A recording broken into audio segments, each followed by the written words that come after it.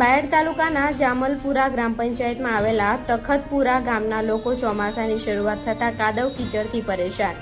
ગામમાં પ્રવેશ કરવાના મુખ્ય રસ્તા પર જ ખાડા પડી ગયા હોવાથી વરસાદી પાણી ભરાતા ગામ લોકોને વારંવાર કાદવ કીચડમાંથી પસાર થવું પડે છે અને સ્કૂલમાં અભ્યાસ કરવા જતા વિદ્યાર્થીઓને પણ અડચણ આવી રહી છે.